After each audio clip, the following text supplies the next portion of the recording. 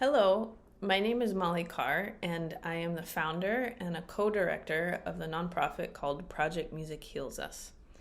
And I'd like to welcome you to Project Music Heals Us, or PMHU's inaugural concert of our 4th at 4 virtual concert series, featuring the incredible violoncello duo called ARKAI with Jonathan Miron and Philip Shigog. For those of you new to Project Music Heals Us, we are an organization that exists to bring the arts into communities and spaces that otherwise don't have access. We are 7 years old, and within that 7 years, we have offered over 1,000 free concerts and workshops in hospitals, homeless shelters, prisons, refugee camps, hospices, food pantries, and rehabilitation centers around the world.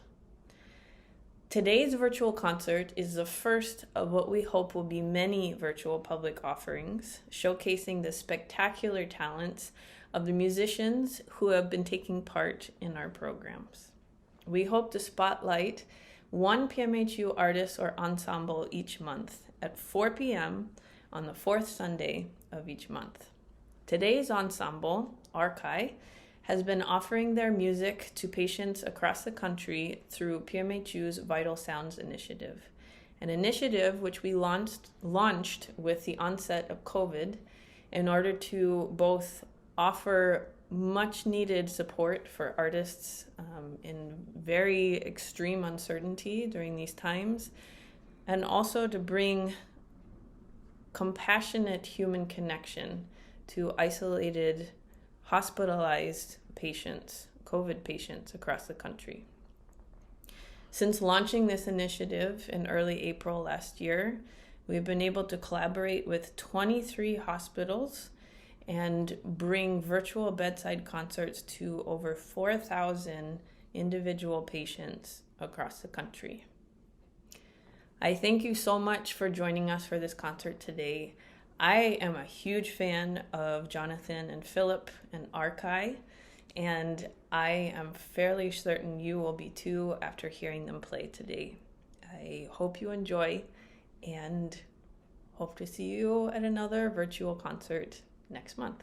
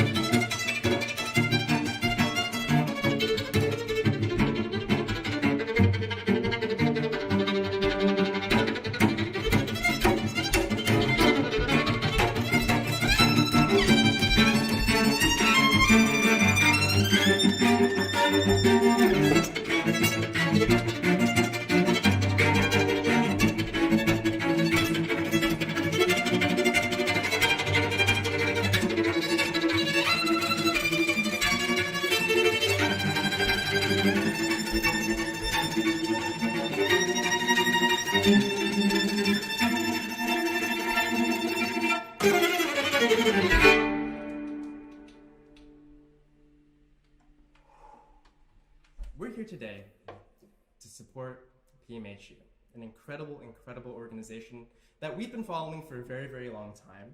We've been inspired by for a very long time. And so it was a wonderful opportunity to come together.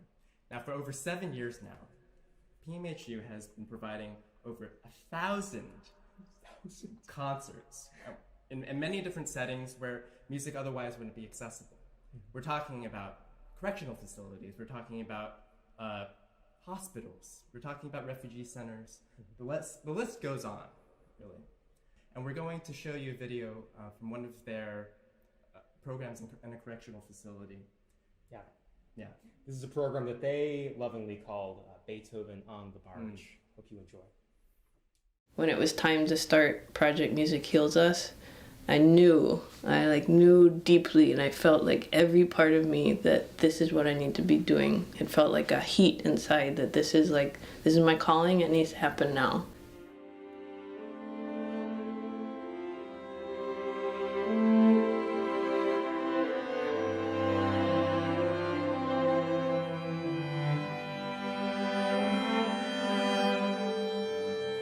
There's a lot of talk about classical music being, esoteric or rarefied or elitist, and I've played for enough people that I just don't believe that.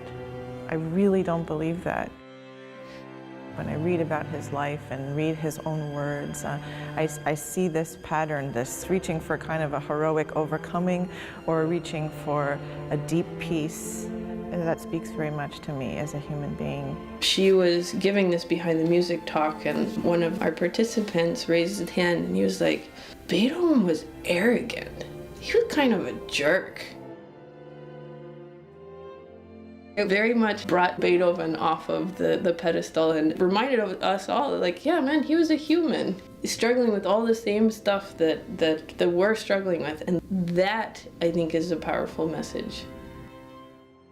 I've heard Beethoven numerous times.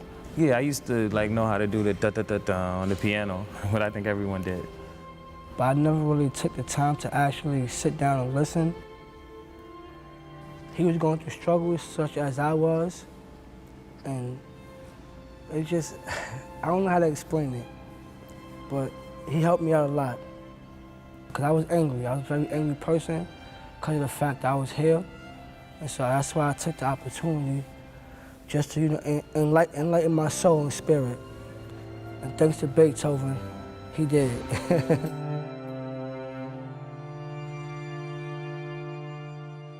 I think the purpose of it all is love.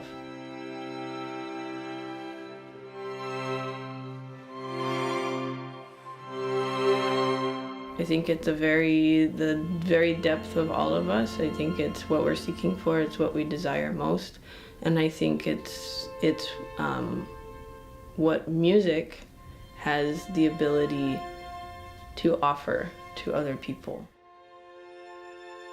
My calling is to make this connection and offer this love and beauty and kindness to other humans.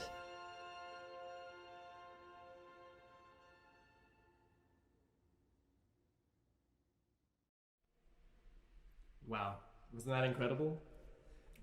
I think it's really just shows the power of the arts and the ability for the arts to serve as a vehicle to bridge cultural and societal divides.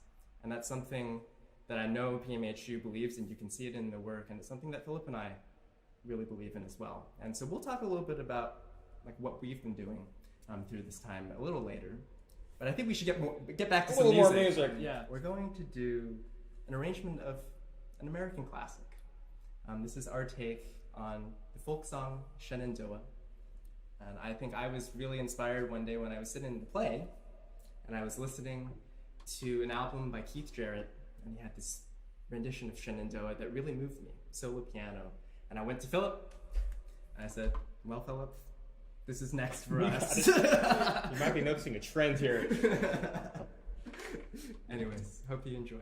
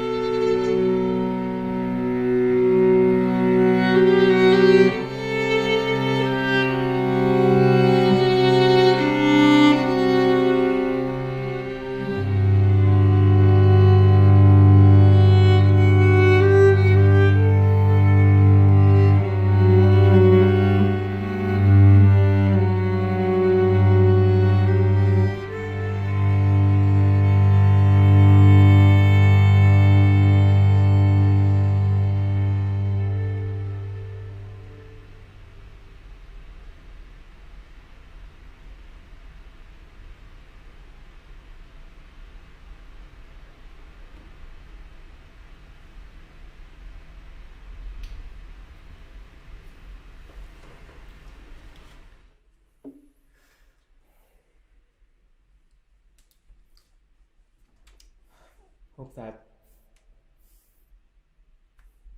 brought you peace and centered you. Always does for us, no matter how many times we play it. Totally.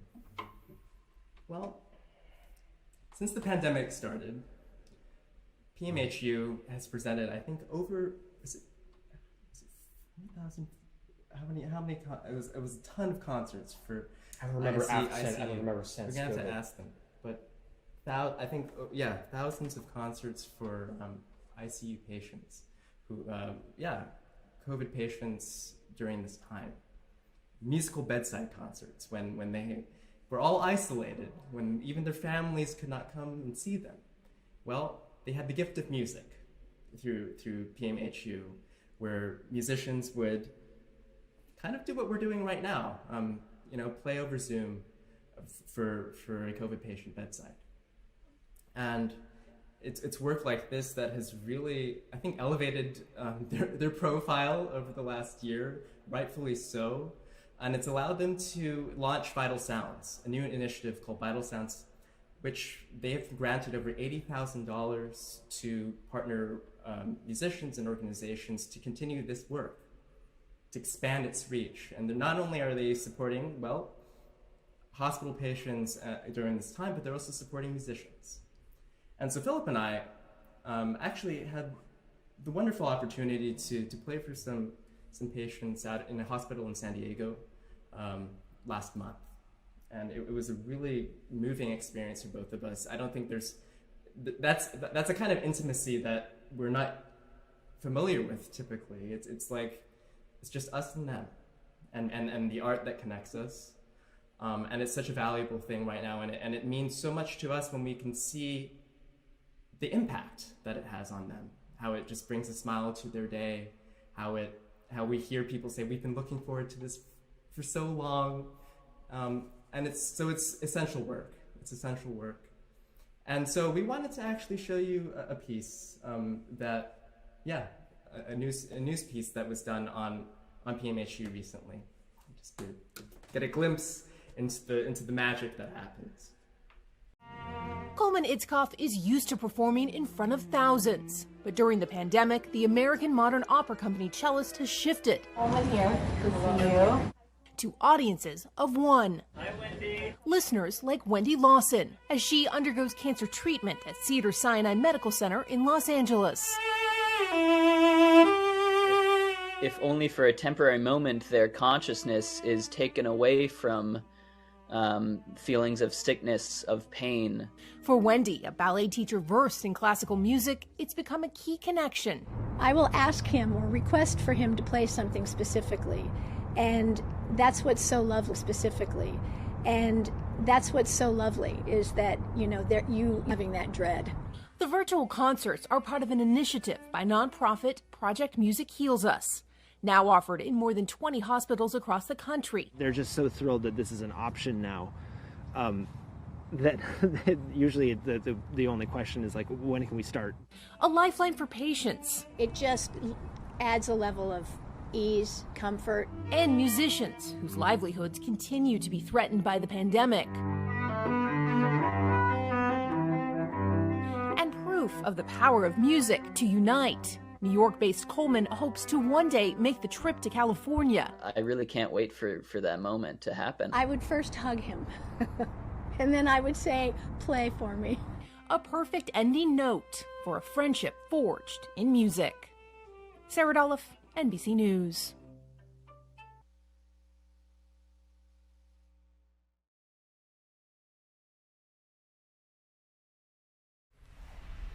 Wow, wasn't that awesome? So Philip and I had that, a very similar experience. It was so wonderful, and we just loved lending our efforts to amazing organizations like this. And so we're here today. We're donating everything that we raised through this event back to PMHU because of an organization that Philip and I, started called Support NYC. And we'll talk about that later. But all this to say, we're here sharing our art with all of you, sharing our art with PMHU, and we hope that in the same way you guys can be generous as well, and to give give and be generous and give to this incredible organization. And right now there's a donate link, I think, right here. So we just encourage you to please give. Their work is so essential during this time, and I know things are opening back up again. And so once COVID, allows them to go back into prisons and do different kinds of work, they will be, and they're looking forward to that. Well, even right now, we actually heard earlier from Molly and Andrew that for every $100 that they have, that actually is enough to fund a 2-hour program that'll reach, on average, 5 patients who are all isolated. So money is going directly back to the kind of work that you just saw. So we hope that you can feel confident knowing that anything that you're able to give is going directly back to this extremely impactful and timely work. Yeah, totally. Well, anyways, so we're thrilled to be partnering with PMHU through Support NYC, initiative that Philip and I started, well, about a year ago, right? About a year ago when all of our concerts got canceled, we looked in the mirror and we thought about, well, how do we use our art for purpose during this time? How do we give back to those that are struggling during this time? And what we came up with was an initiative where we'd be presenting fundraising concerts for small businesses and nonprofits. And so that's kind of what we're doing right now. We have tons of events nationally, actually. That's the beauty of, well, silver lining with virtual events these days is you can reach anybody. So we encourage you to follow our work, and if you have an organization or small business that you would like to nominate, let us know. Let us know. We'd love to help them. So we have one last tune for you. I think this is a very special tune for Philip and I. A year ago, when we were quarantined, we wanted to keep the compositional energy going. We didn't have the luxury of improvising in real time and working together on the spot. And so what we had to do then, because Zoom just doesn't cut it, it really doesn't, to collaborate in real time and to compose in real time, it just doesn't work. What we did was we would send these audio letters back and forth, audio ideas, these fragments, for this piece that we put together that we, well, ended up naming Letters from COVID. Because in the second half of this piece, you're actually going to hear those original audio letters that we were sending back and forth. And this piece really, what we hope to do through this piece was tell the story of what we all are, well, still collectively going through right now, a period of immense hardship, yet with beautiful and hopeful moments within.